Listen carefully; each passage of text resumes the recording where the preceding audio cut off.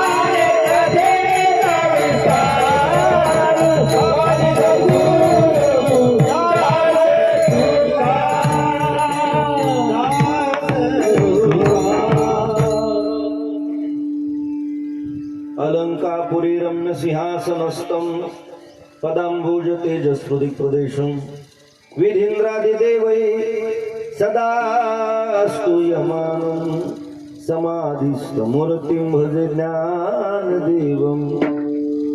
विवेकाने जाणे सुघटित समाजाटी कविले, महासिद्धांताचे गुणरसिकत्व उकलिले, लसित भक्ती ज्ञाने तरविला श्री भागवत तरतरू. तया ज्ञानेशाते विमलमतीने वंदन करू. नमो ज्ञानेश्वरा नमो ज्ञानेश्वरा.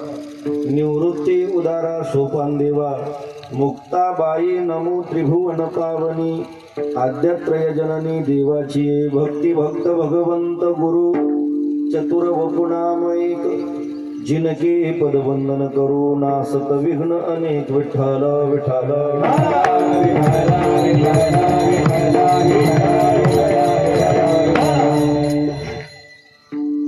मनमुनी शरण जावे, सर्व भावे देवासी, तो हा उतरील पार भवदुस्तर नदीचा.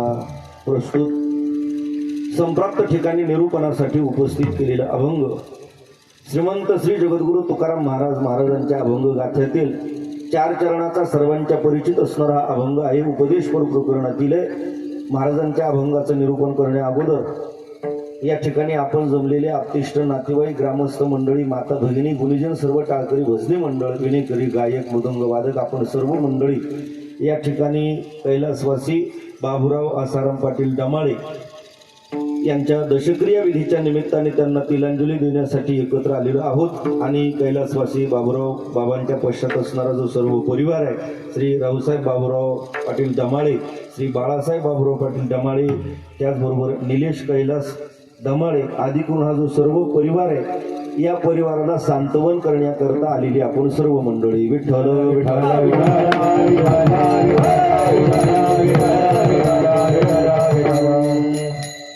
कैलासवासी बाबूराव भाऊंचा असणारा हा दशक्रिया विधी 10 दिवसापूर्वी त्यांनी इहलोकाची यात्रा असणारी संपवली. भगवंताने दिलेलं आयुष्य त्यांचं संपलं. आयुष्य मर्यादा आहे तोपर्यंत ते मृत्यूलोकात होते. आणि हा डमाळे परिवार, या परिवाराचा निरोप त्यांनी घेतला. मला वाटतं आमचे रावसाहेब भाऊ असतील, बाळासाहेब भाऊ असतील, त्यांचे वडील याच परिवारामध्ये या दोघांची माता, मला वाटतं पुढच्या महिन्यात 22 तारखेला आईंचं वर्ष श्राद्ध होतं. म्हणजे 11 महिन्यामध्ये या वर्षकाठामध्ये त्यांचं मातृछत्र आणि पितृछत्र, आई वडील दोघंही असणारे त्यांना सोडून निघून गेले. आई वडिलांच्या प्रेमाला पारखे झालेले हा सर्व परिवार, त्या आईच्या जाण्याचं दुःखच होतं की त्यात त्यांचे वडील सुद्धा त्यांना सोडून निघून गेले. हा जो डमाळे परिवार आहे, या मातृपितृ ऋणातून उत्तीर्ण होण्याकरता, आईच्या ऋणातून उत्तीर्ण होण्याकरता तेव्हाही त्यांनी पिंडदान, ज्ञानदान, अन्नदान विधी केला. आणि आता वडिलांच्या ऋणातून उत्तीर्ण होण्याकरता सुद्धा ते आज पिंडदान, मला वाटतं कायगाव या ठिकाणी भगवान रामेश्वराच्या दरबारात त्यांनी पिंडदान विधी केलेला आहे. येत आहेत ते आता परत, आणि इथं ज्ञानदान व्हावं, भगवत चिंतन व्हावं म्हणून या हरिकीर्तनाचं आयोजन केलं. कीर्तनानंतर अन्नदान सुद्धा ही मंडळी या ठिकाणी करणार आहेत. विठ्ठल विठ्ठल.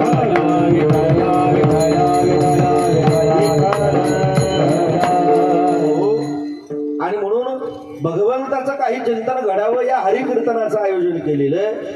आणि हरिकीर्तनाच्या निमित्ताने जगद्गुरु तुकाराम महाराज यांचा अभंग मी उपस्थित केलेला आहे. ऐका, महाराज या अभंगातून उपदेश करतायत की आपल्याला आत्यंतिक दुःखातून निवृत्त होण्याकरता, या भव नदीतून पैल तीराला सहज जाण्याकरता जर काय करायचं असेल तर भगवंताची शरणांगती करायची. अंतःकरणात शुद्ध भाव ठेवा आणि त्या देवाची शरणांगती. महाराज म्हणतात, म्हणून शरण जावी सर्व भावी देवासी. काय होईल तर भगवंताची कृपा होईल. तो देव आपल्याला सहज पैल तीराला घेऊन जाईल. तो हा उतरील पार भव दुस्तर नदीचा. दुस्तर कठीण आहे महाराज, ही नदी कठीण आहे. या नदीतून प्रवास करणं, परंतु भगवत कृपा झाली तर कठीण नदीच्या पलीकडे तो भगवंत आपल्याला सहज घेऊन जाईल. का बरं तर त्याचा स्वभाव तसा आहे. बहु आहे करुणावंत, देव कृपाळू आहे, करुणावंत आहे आणि अनंत त्याचं नाव किंवा अनंत त्याला नाव आहेत महाराज. असा तो भगवंत. महाराज अहो, कोणाच्या सांगण्यावरून तुम्ही आम्हाला सांगताय का? तर महाराज म्हणतात, नाही नाही, दुसऱ्याने सांगितलं मग मी तुम्हाला सांगतो असं नाही. याचा साक्षीदार मी स्वतः आहे. याची साक्ष माझ्या जीवनामध्ये मला आलेली आहे आणि मी तेव्हा हे तुमच्या समोर प्रगट करतोय. विठ्ठल विठ्ठल.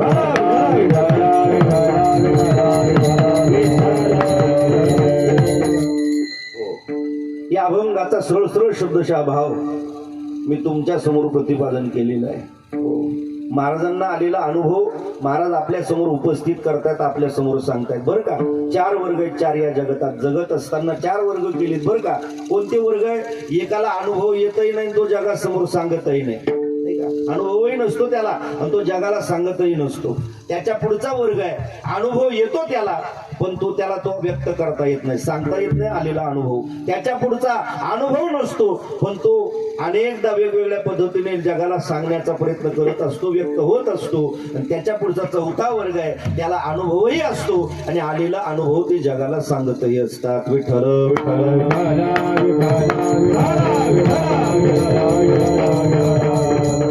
पहिला वर्ग आहे, त्याला अनुभवही नाही आणि ते सांगण्याच्या भानगडीत पडतही नाही. बरं का, तुकाराम महाराज अशी माणसं आपल्याला प्रवासात अनेकदा भेटत असतात. नवीन नवीन गावाला जेव्हा आपल्याला जाण्याचा योग येतो, तिथं कुठं कार्यक्रम आहे, कोणत्या कार्यक्रमाचं स्थळ कोणतं आहे माहीत नसतं, तेव्हा अनिल दादा, तेव्हा गेल्यानंतर गावात जेव्हा आम्ही प्रवेश करतो तर अगोदर विचारावं लागतं की नाही कोणाला तरी, का हो अमुक अमुक व्यक्ती, त्यांचं घर, त्यांची वस्ती कुठं आहे? तर ते बहुतेक गावात प्रवेश केला की सुरुवातीला पान टपरी लागते. काय लागते? ना पान टपरी, पानाची टपरी असते बऱ्याचदा गावात घुसल्या आणि मग त्या पान टपरीवरच्या त्या पान टपरीच्या मालकाला विचारावं लागतं, भाऊसाहेब अहो अमुक अमुक व्यक्तीचं घर कुठे आहे, तिथं कार्यक्रम आहे, कीर्तन आहे आमचं. तर त्याचं उत्तर असतं, महाराज आम्हाला त्या भानगडी 12 भानगडी माहिती नाही. म्हणजे त्याला आम्ही कीर्तन म्हणलं की तो कीर्तनाला भानगड म्हणत असतो, त्याचा संबंधच नाही. महाराज कसं कीर्तन असतं, काय ते कशाबरोबर खातात, काय कीर्तन त्याला माहित नसतं. म्हणजे त्याला त्याचा अनुभवच नाही महाराज काय कीर्तन आहे, म्हणून तो कधी त्याच्याविषयी वाच्यताही करत नाही, सांगत नाही, अनुभवही नाही आणि सांगणंही नाही. याच्या पलीकडे महाराज अनुभव असतो परंतु तो सांगता येत नाही. विठ्ठल विठ्ठल.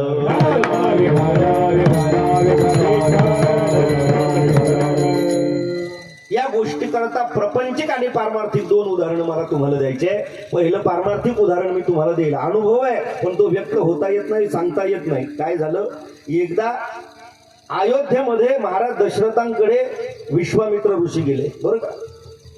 गेल्यानंतर राजा दशरथाला विनंती केली, हे राजा, अरे तुझ्या प्रजेच्या कल्याणाकरता यज्ञ करतोय मी, पण अनेक राक्षस येतात पण त्या यज्ञाचा विध्वंस करतात.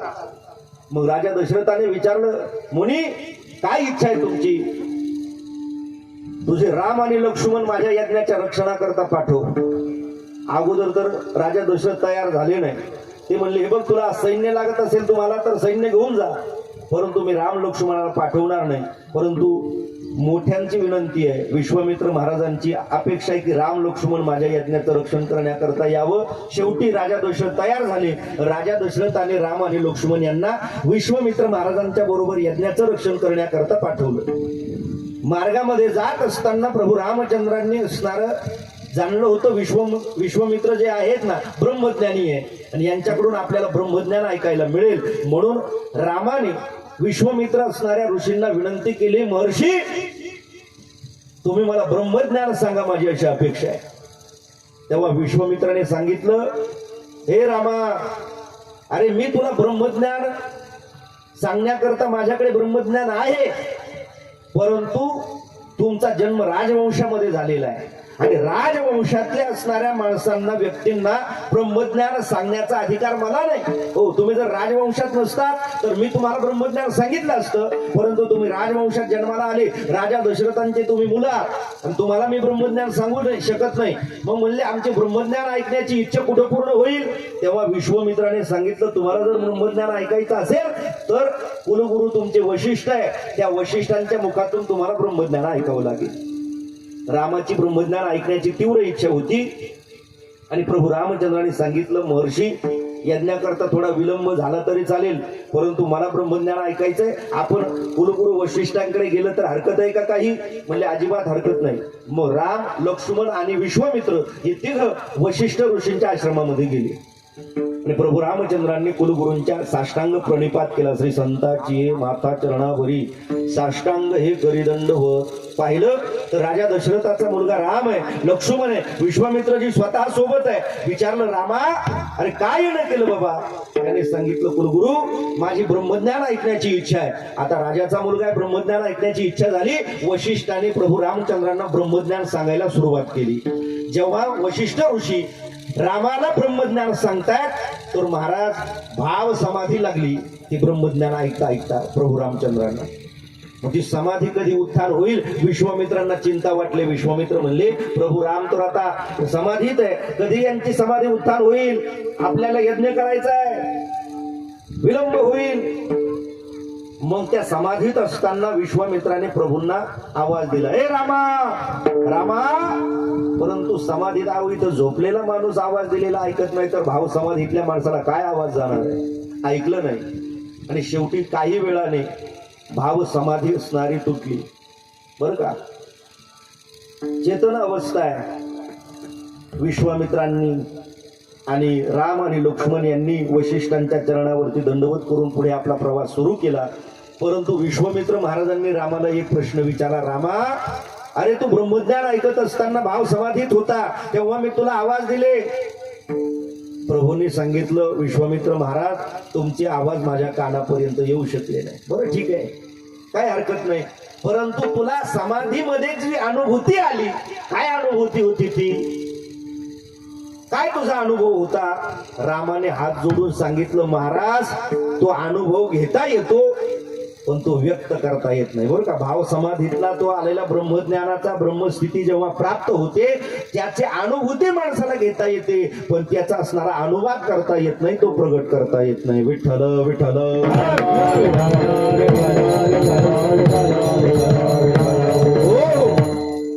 तसं संसारामध्ये अनेकदा घडत असतं. प्रपंचिक माणसं काही कटू अनुभव रोज घेत असतात बरं का, परंतु ते समोर समाजासमोर प्रगट करता येत नाही. बघा ना तुम्ही, अनेक गोष्टी चार चौघात सांगणारा व्यक्ती बरं का, चार चौघात मोठ्या ऐकेने सांगत असतो. बटन शर्टाचं बटन उघडं करून सांगतो, ऐकलं का रामराव पाटील, आज आपण गाडी घेतली, आज आपण घर बांधलं, आज आपण विहीर खणली, या गोष्टी माणसाला 4 मित्रांमध्ये सांगू शकतो विनेकरी बाबा.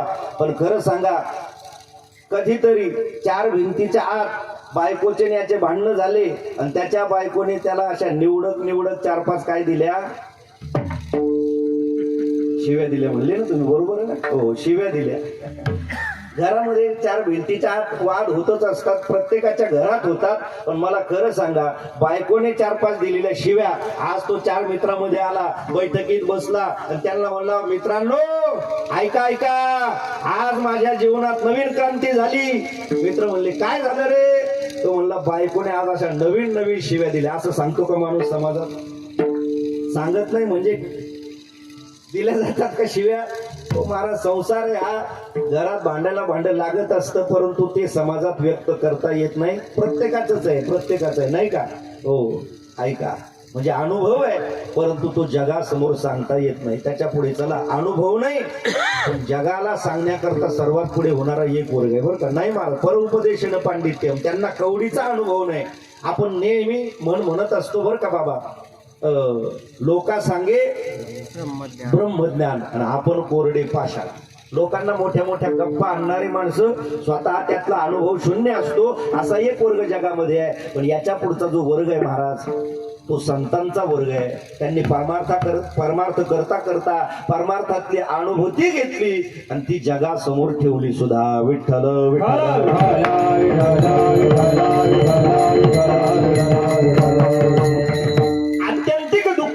निवृत्त होण्याकरता, म्हणजे हे असणार जगाच्या पाठीवरती जे सर्वात मोठं दुःख आहे जन्म मरणाचं, ते घालवण्याकरता काय केलं पाहिजे, ती साधना महाराजांनी त्यांच्या जीवनामध्ये केली. मग ते ज्ञानोबा असतील, तुकोबा असतील, नाथ महाराज असतील, सेना महाराज असतील, गोरोबा काका असतील, हे सर्व संत महात्मे यांनी त्यांच्या जीवनामध्ये ती साधना केली. त्या साधनेचा अनुभव त्यांना आला आणि मग त्यांनी जगाला नंतर सांगितलं, विठ्ठल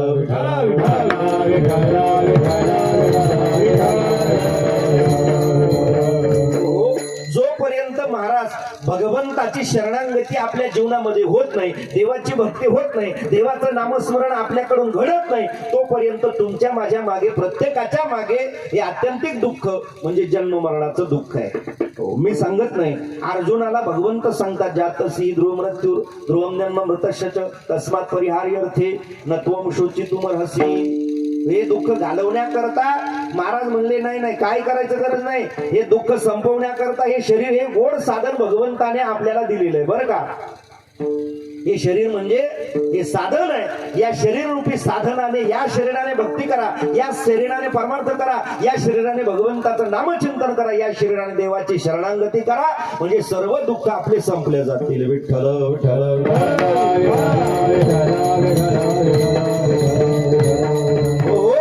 किती गोड निरूपण केलं आमच्या संतांनी.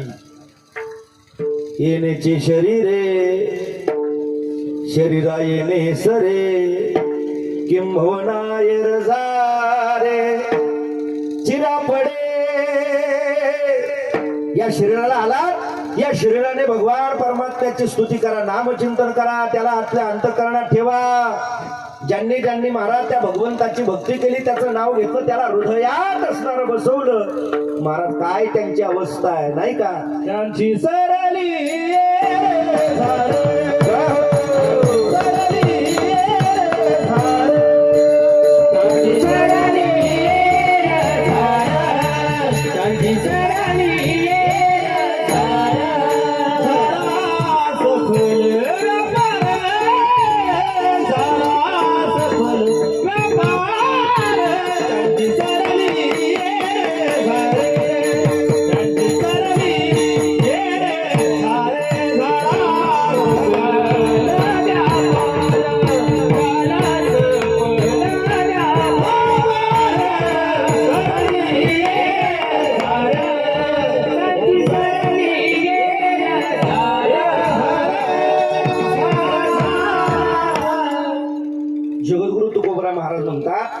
ज्यांनी भगवान परमात्म्याची भक्ती करून देवाला हृदयामध्ये साठवलं ना, त्यांची सरली रजार झाला सफल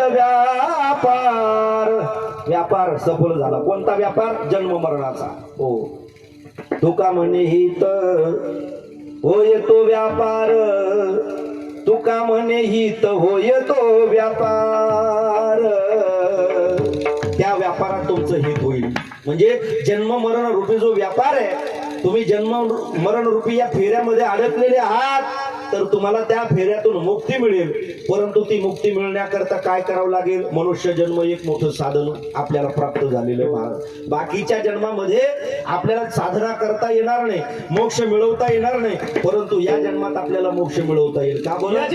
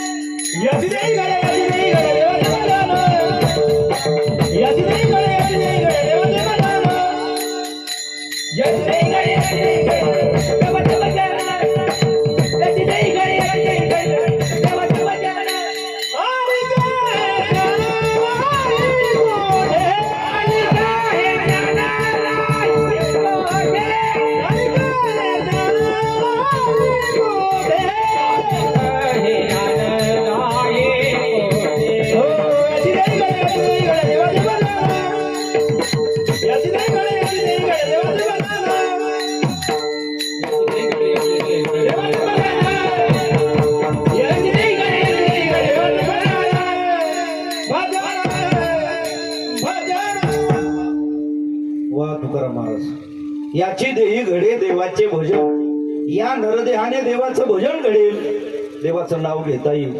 हो, आणि कहे ज्ञान नाही पोठे. परमार्थ भक्ती भजन करण्याचं ज्ञान दुसऱ्या देहामध्ये नाही बरं का. अनेक जीव जन्माला आले बरं का, अनेक आहेत अनेक. आपल्या या सृष्टीतले जीव आपण दृष्टीने पाहत असतो, कितीतरी जीव आहे, परंतु देवाचं भजन परमार्थ बाकीच्यांना करता येणार नाही. ते ज्ञान ओ बाहुल्य मनुष्य देही निज ज्ञान घातले पायी भगवंताने त्याच्या प्राप्तीचं त्याच्या परमार्थाचं ज्ञान या देहामध्ये दिलेलं आहे बरं का. हो, जेणे तू जोडसी नारायण नासे जीवपण भवरोग. हे जे इंद्रिय दिले ना तुम्हाला आम्हाला, पंच ज्ञान इंद्रिय पंच कर्मी इंद्रिय, या इंद्रियांची प्राप्ती झाली आपल्याला परमार्थ करण्याकरता. डोळे मिळाले कशा करता, कान मिळाले कशा करता, हात मिळाले कशा करता, पाय मिळाले कशा करता, वाणी मिळाली कशा करता, तर हे सर्व परमार्थ करण्याकरता दिलेली इंद्रिय आहेत. हो हो हो, महाराज म्हणतात दिले इंद्रिय हात पाय कान, डोळे मुख बोलाया वचन, जेणे तू जोडसी नारायण नासी जीवपण भवरोग. जीवपणाची अवस्था जाऊन जीवदशा संपूर्ण ब्रह्मदशा किंवा शिवदशा प्राप्त होईल, हा भवरोग नासल्या जाईल, संपल्या जाईल. याच्याकरता महाराज आपल्याला हे इंद्रिय दिलेले आहे. हो, त्या इंद्रियांनी महाराज आपण ते केलं पाहिजे. डोळे दिले महाराज पाहण्याकरता बरं का, प्रत्येकाला दोन दोन डोळे दिले ना, पाहण्याकरता दिले. पण काय पाहण्याकरता दिले हो? ऐकताय ना, आवाज येतो ना तुम्हाला? आपल्याला दोन दिले, मला दिले, तुम्हाला दिले, सर्वांना दोन डोळे. पण हे काय पाहण्याकरता दिले वाजी? देवाचं रूप पाहण्याकरता. तो किती सुंदर आहे हे पाहण्याकरता दिलं. नाही पण आम्ही ते विसरूनच गेलो महाराज. काही माणसं सारखे मोबाईल पुढे पाहत असतात. अहो, डोळे खराब झाले, चष्मे लागले, चष्मे त्यांना दिसायला कमी झालं. अहो, 15-20 वर्षाच्या आतल्या मुलांना चष्मे लागावे, तुम्हाला नाही म्हणत बरं. चष्मे लागले काय? सारखे मोबाईल मध्ये पाहून पाहून, नाही का. अरे भगवंताचं सुंदर रूप पाहण्याकरता आम्हाला डोळे दिले, नाही का. डोळे तुम्ही घ्या रे सुख, पहा विठोबाचे मुख. त्या भगवंताचं सुंदर मुख आहे, किती गोड आहे महाराज, नाही का. सुंदर ते ध्यान उभे विवेवरी, करकटावरी ठेवोनिया. राजस सकुमार मदनाचा पुतळा, रवी शशिकळा लोपलिया. कस्तुरी मळवट चंदनाची ओटी, रुडे माळ कंठी नाही का? संतांनी ज्यांनी ज्यांनी पाहिलं ना महाराज त्याला ते आनंदाचा पूर आला, ते आनंदाचा पूर आला, सावळा देखिला नंदाचा, पाहिला पाहिला नंदाचा नंदन. एवढं सुंदर आहे भगवंत, पाहिलं पाहिजे महाराज त्याचं रूप. या कानांनी महाराज त्याचे गुण ऐका ना. षडगुण आहेत महाराज देवाचे, 6 गुण आहे. 6 गुणांनी नटलेला आहे माझा भगवंत. कोणते? ऐका यश श्री औदार्य, ज्ञान वैराग्य ऐश्वर्य, हे 6 गुणवर्य वसती जेथे म्हणून जाणतो भगवंत.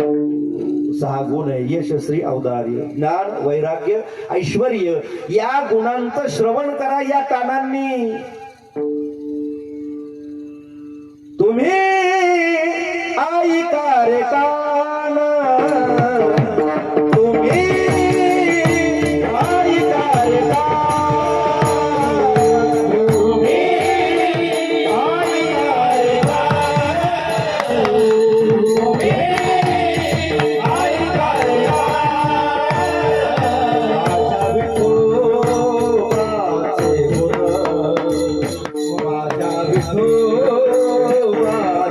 रे कान, तुम्ही ऐका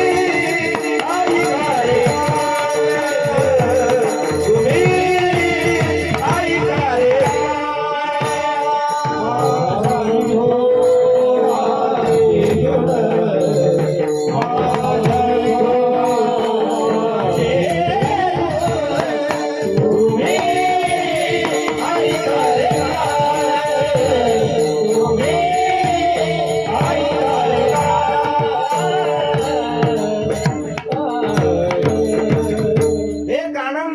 तुम्ही माझ्या भगवंताचे गुण ऐका. गुण ऐकले पाहिजे नाही का? आणि खरी शोभा या कानाची बरं का कशामध्ये? भगवंताचं गुण ऐकण्यामध्ये. या हाताची शोभा कशामध्ये आहे नाही का? हीरे मोती से शोभा नहीं हाथ की, हे हाथ जो प्रभु का पूजन किया करे. मला देवाची पूजा करण्याकरता हे हात पुढे गेले पाहिजे नाही का? कधी दान करण्याकरता सत्कर्म करण्याकरता हे हात पुढे गेले पाहिजे महाराज. पाय तीर्थयात्रेमध्ये चालले पाहिजे. आता पंढरीची वारी आली ना, आमचे वारकरी वाट पाहतायत. हे देवा येऊ दे पाऊस, होऊ दे लागवडी, यायचंय तुझ्या वारीला नाही का? संपदा सोहळा नावडे मनाला, लागला कळा पंढरीचा, जावे पंढरीसी आवडे मानसी, कधी एकादशी आषाढी, कधी आषाढी जवळ आलेली आहे, जायचंय म्हणून पायाने तीर्थयात्रा घडावी महाराज नाही का? तुकोबराय तर म्हणतात या इंद्रियांना दुसरा विषयच आठवला नाही पाहिजे बरं का? तुका म्हणे माझा सकाळ देह भाव, आणि नको ठाव चिंतुयासी. या इंद्रियांनी परमार्थ घडावा महाराज. हा देह मिळाला आपल्याला. ओहो, या देहाने संतांनी सांगितलं चला आतापर्यंत अनेकदा जन्माला आलो, पुणे मृत्यूला सामोरे गेलो बरं का? जन्मशनंतर मृत्यू, मृत्यूशनंतर जन्म, जन्माच्या नंतर मृत्यू, मृत्यूनंतर पुन्हा जन्म. मग हे किती दिवस आपल्याला सहन करायचं आहे? आता आपण कुठंतरी थांबलो पाहिजे, कुठंतरी मोक्षापर्यंत गेलो पाहिजे. भगवत प्राप्ती आपल्या जीवनामध्ये आपल्याला झाली पाहिजे. त्याच्याकरता संतांनी गोड साधनं सांगितली. मनुष्य जन्मात आलात ना तर काय करा? तर आपण त्या भगवंताने सांगितलं जो मज होय अनन्य शरण त्याचे निवारी मी जन्म मरण तया शरणांगता शरण्य मीची को शरण जो मला येईल ना मामेकम शरणम व्रज माझी शरणागती करणारा जो आहे तो मला प्राप्त होईल नाही का हो सहज ब्रह्मपदाचा असणारा उपभोक्ता होईल ब्रह्मस्थिती त्याला प्राप्त होईल तो जीव राहणार नाही तर तो शिव होईल ब्रह्म होईल विठ्ठल विठ्ठल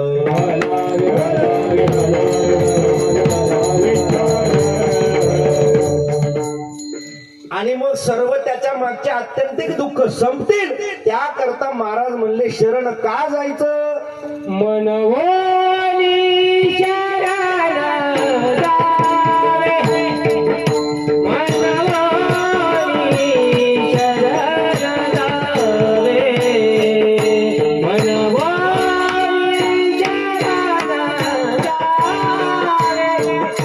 मनवोनी शरण जावे मनवोनी शरण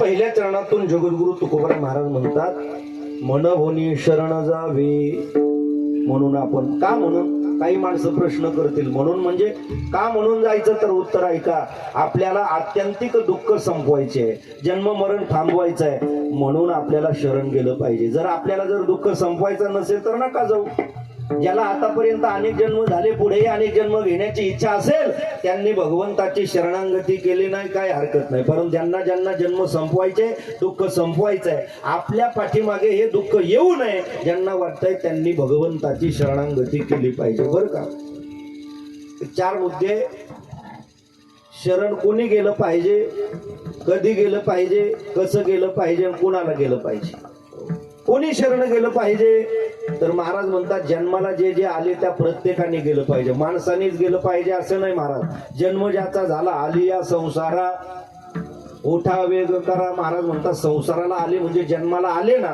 त्यांनी भगवंताची शरणागती केलीच पाहिजे बरं का परंतु कधी केली पाहिजे हो देवाला शरण जायचं पण कधी जायचं जागे ना तुम्ही सारे देवाला शरण जायचं पण कधी जायचं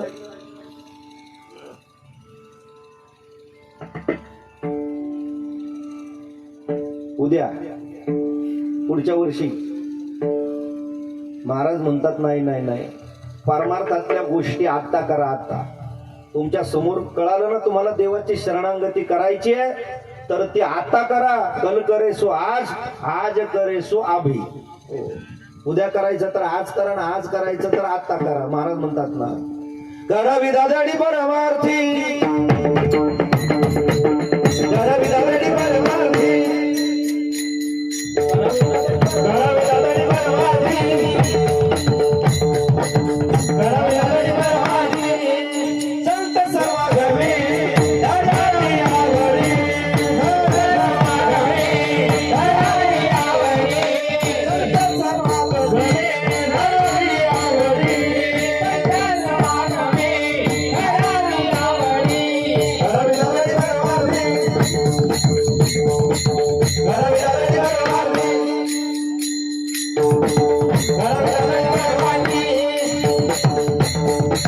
करावी दादाडी परमार्थी, करावी दादाडी परमार्थी. जगद्गुरु तुकाराम महाराज म्हणतात, परमार्थी तातडी करावी. म्हणजे परमार्थाची तातडी करावी. परमार्थामध्ये माणसाने शांत हळूवार नाही, होईल करू असं हे शब्द परमार्थात नसले पाहिजे.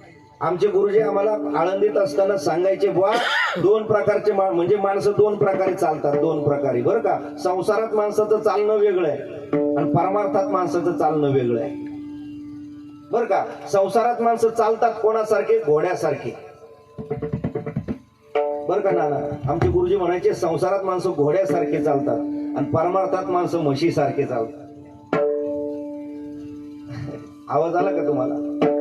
संसारातले कामं करायचे माणसं घोड्यासारखे तत्पर असतात. काय जायचं ना, शिवरला जायचं, इकडे जायचं, खत आणायचं, बी आणायचं, कांद्याचं रोप आणायचं, काय आणायचं. तेव्हा माणसं म्हणत नाही, लय ऊन पडलं नाही का, लय थंडी आहे, लय पाऊस जोरात पडतो. एखादं म्हणलं ना, बापू भाऊ चालतंय भजनाला आलो असतो, हो पण काय पाऊस चालला जोरात. म्हणजे तिथं माणसं अशी संत गतीने, रोडवर म्हैस असते ना, तिला बाजूला करायला किती वेळ लागतो?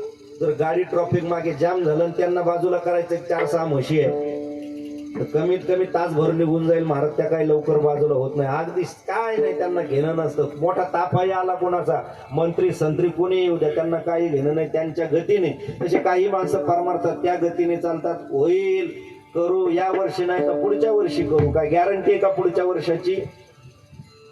कोणाकोणाला गॅरंटी हो? मला खरं सांगा, किती माणसं गॅरंटीने सांगतात पुढच्या वर्षी, आता नाही जमत या वर्षी पंढरपूरच्या वारीला, पण महाराज आम्ही पुढच्या वर्षी 2027 ची जी पंढरपूरची आषाढी वारी, त्या 27च्या वारीला आम्ही स्वतः जाणार आहे, असे किती लोक लिहून देतात सांगा बरं? किती आहे का आपल्याला? असं आपल्या हातात काहीच नाही महाराज. सास रुक जाएगी चलते चलते, क्षमा बुझ जाएगी जलते जलते, दम निकल जाएगा रोशनी का, क्या भरोसा है इस जिंदगी का. क्षणभंगुर नाही भरवसा,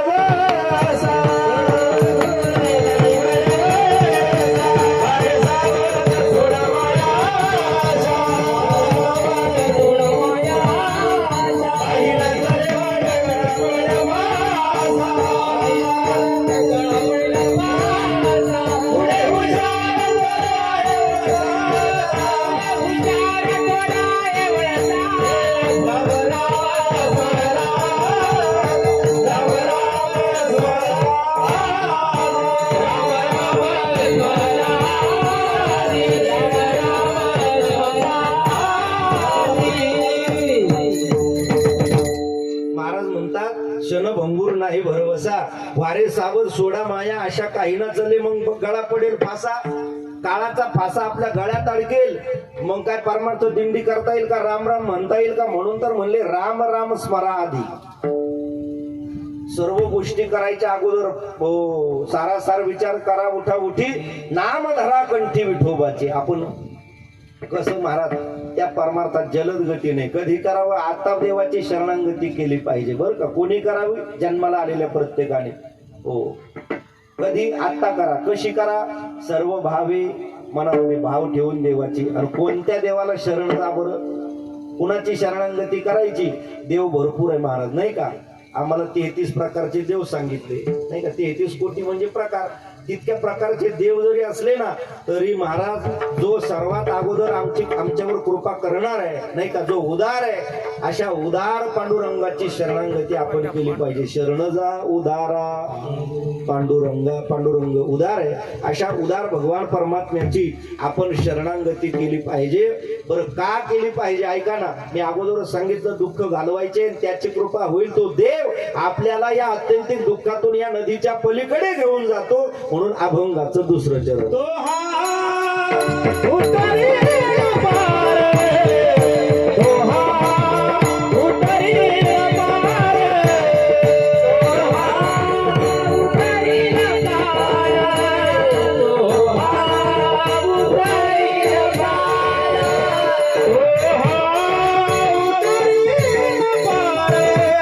तो हा उतरील पार,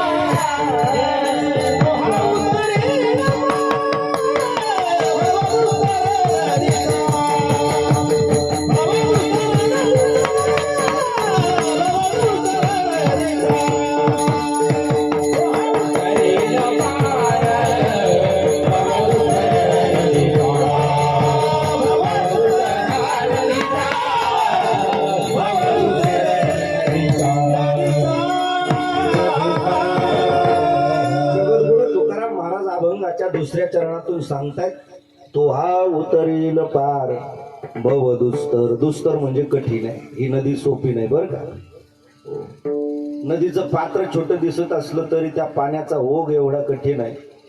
जे हिमालयामध्ये गेले ना, अलकनंदा, गंगा, यमुना या नदींचं पात्र नाही का छोटं दिसायला दिसतं. पाणी असं काय वाटतं माणसाला, काय नाही हो पाणी थोडं आपण सहज जाऊ पलीकडे, पण त्या पाण्याचा ओघ इतका तीव्र असतो ना तर मोठ्या मोठ्या पोहणाऱ्यांना ते सहज असणारं घेऊन जातं बरं का. मग महाराज अलकनंदा, मंदाकिनी, सरस्वती ज्या ज्या नद्या आहे ना त्याच्यापेक्षा जर कठीण नदी कोणती असेल तर ती भव नदी कठीण आहे. मुक्ताबाई महाराजांचा एक अभंग आहे बरं का. मुक्ताबाई महाराज म्हणतात, भव नदीचे पाणी रे गड्या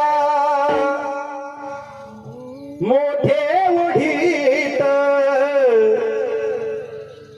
भव नदीचे पाणी रे गड्या मोठे ओढीत, भल्या भल्या पोहणाऱ्यांना उलटोनी पाडीत, भल्या भल्या पोहणाऱ्यांना उलटोनी पाडीत. भले भले म्हणजे मोठे. कोण कोण? ब्रह्मादी इंद्रादिक देव हे मोठी पोहणारे. आपले महाराज आपण किती पोहणारे असले पण त्यांच्यापेक्षा खाली आहे. आणि मग त्यांची गती महाराज या नदीमध्ये त्यांचा निभाव लागत नाही बरं का. करिता विचार, करिता विचार,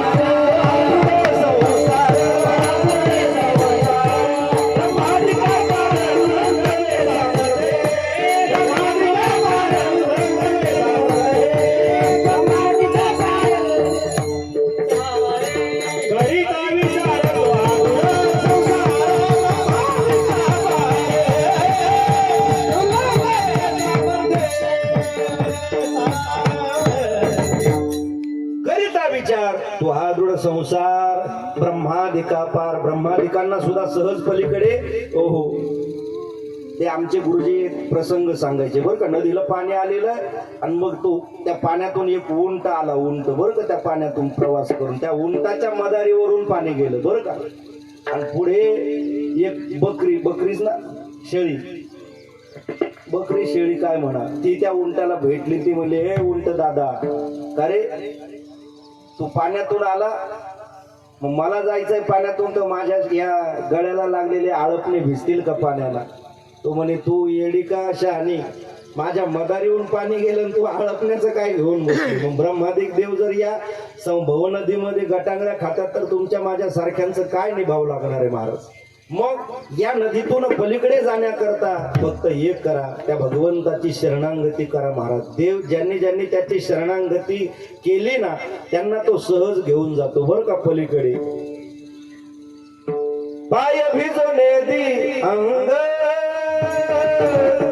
पाय भिजवणे दी अंग, पाय भिजवणे दी अंग, पाय भिजवणे दी अंग.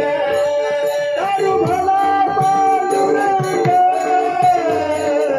पाय भिजवणे दी अंग, पाय भिजवणे दी अंग, पाय भिजवणे दी अंग.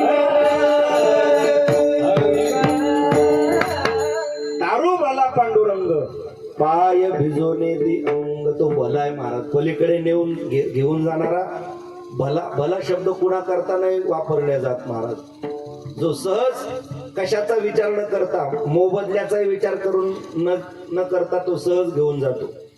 काही माणसं महाराज बघा ना, तुम्ही कधी गेले असेल, अशात जर गेले असेल तुम्ही पंढरपूरला, तर पुंडलिकरायाच्या मंदिराकडून आपल्याला जर त्या इस्कॉन मंदिराकडे जायचं असेल, किंवा इस्कॉन कडून आपल्याला पंढरपूरमध्ये पुंडलिकरायाच्या मंदिराकडे यायचं असेल, तर नावाडी असतात तिथं. नावाडी बसायच्या अगोदर ते सांगत असतात 30 रुपये बर, 30 रुपये. एखादा जर म्हणला, हो भाऊसाहेब माझ्या खिशात पैसे नाही, तो म्हणतो का फुकट घेऊन जातो म्हणून? तो म्हणतो, नाही, दगडी पुलावरून जा पै पै, मला काय घेणं नाही का, जा तिकडे पुलावरून या. मोबदला असला तर पलीकडे घेऊन जातो, पण इथं महाराज भगवंत मोबदला घेत नाही बरं का. मोलने घे जग जेठी, भावा एकासाठी खांदी वाहे आपुल्या, त्याचे पायी घाला मिठी.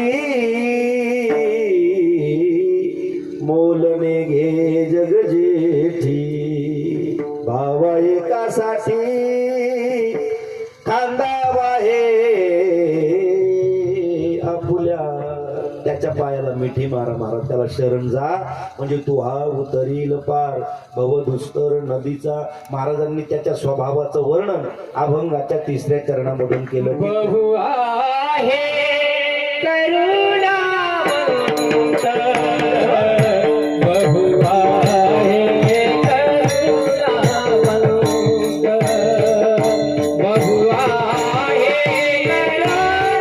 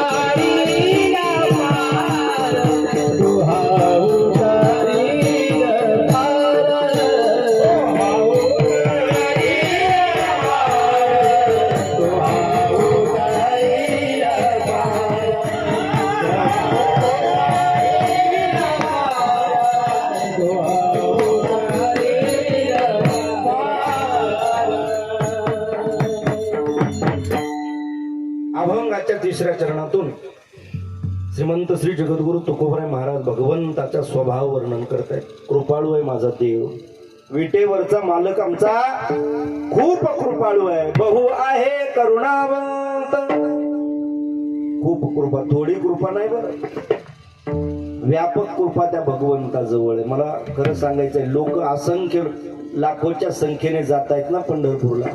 का जातात? आता अधिक मास संपला ना, पुरुषोत्तम मास, गर्दी होते. 14 तास 12 तास लागत होते दर्शनाला, एवढे भाविक होते दर्शनाला. का जातात? देव कृपाळू आहे म्हणून. एक हिंदी भाव आहे पहा, कृपा की न होती जो आदत तुम्हारी, सुनी रहती अदालत तुम्हारी. देवा, कृपा करण्याचा जर तुझा स्वभाव नसता तर तुझ्या दरबारात कोणी आलं नसतं महाराज. एवढे लोक जातात, एवढे भक्त जात आहेत, तर देव कृपाळू आहे. आणि अनंत त्याचं नाव आहे, किंवा त्याला अनंत वेगवेगळी नावं आहेत बरं का. हो, श्री अनंता, मधुसूदना, पद्मनाभा, नारायणा, भगवंताची वेगवेगळी नावं आहे. रूप वेगळी आहे तर नावही अनंत वेगवेगळी आहेत.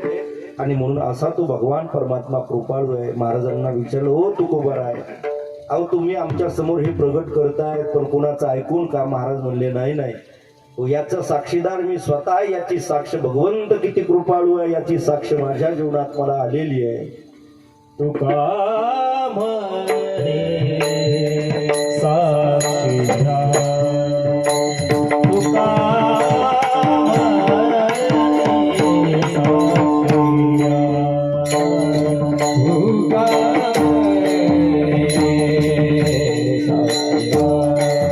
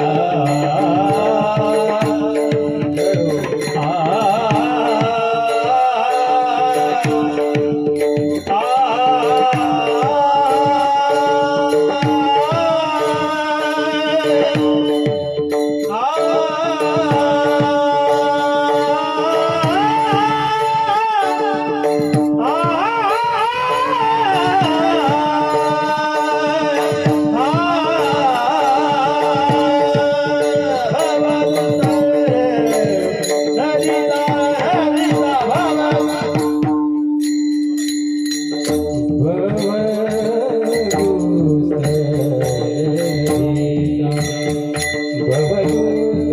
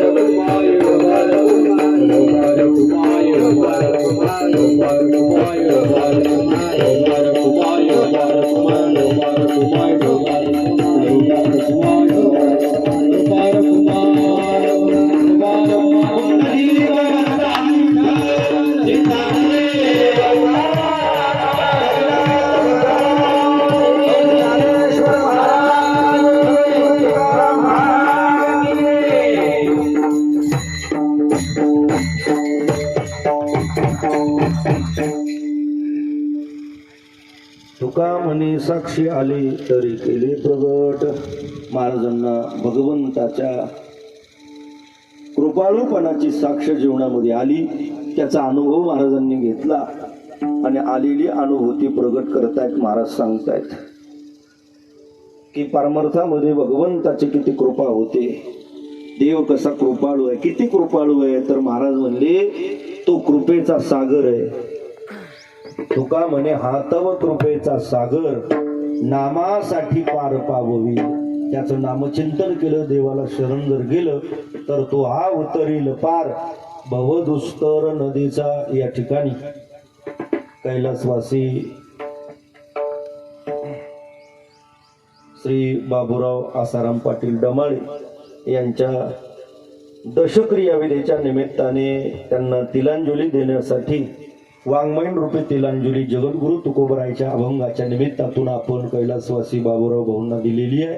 त्यांच्या पश्चात त्यांची मुलं श्री रावसाहेब भाऊ असतील, बाळासाहेब भाऊ असतील, त्यांचा नातू निलेश असेल, हा सर्वच परिवार पितृऋणातून उत्तीर्ण होण्याकरता त्यांनी पिंडदान, अन्नदान, ज्ञानदान विधी संपन्न केलेला. मी अगोदरच बोललो की एक 11 महिन्यामध्ये अगोदर आई गेल्या आणि 11 महिन्यानंतर वडील आता त्यांचे गेले.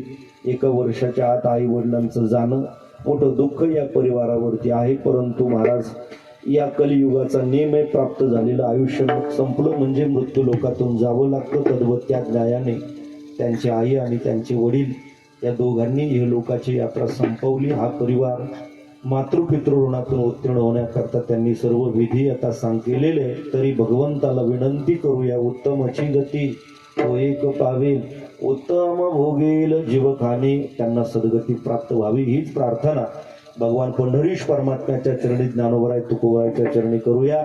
या दशक्रिया विधीच्या निमित्ताने आपल्या धोंदळगावचे आमचे सद्गुरू जोग महाराज वारकरी शिक्षण संस्थेचे आमचे ज्येष्ठ गुरुबंधू आदरणीय हरिभक्तपरायण सुरेशजी महाराजांची उपस्थिती, त्यांच्या चरणावर नतमस्तक होतो.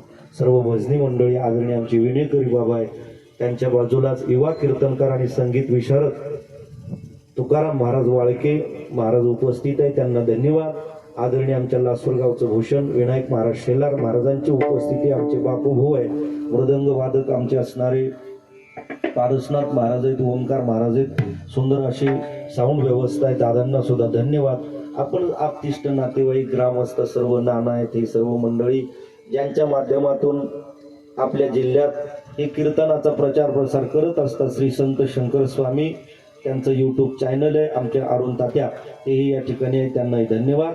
आपण सर्वच ज्येष्ठ श्रेष्ठ गावकरी मंडळी सर्वांच्या चरणी नतमस्तक होतो. ज्या संतांनी आपल्याला परमार्थाची दिशा दाखवली, एकदा मोठ्या प्रेमाने त्या संतांचं भजन. ज्ञानेश्वर